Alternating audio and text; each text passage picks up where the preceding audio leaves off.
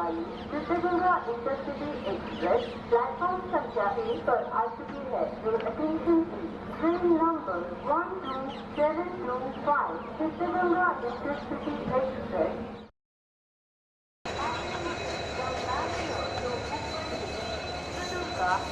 will arrive shortly on platform number 3.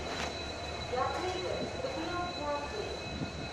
गाड़ी संख्या 56515 बैंगलोर से हुगली चित्रदुर्गा तक जाने वाली पैसेंजर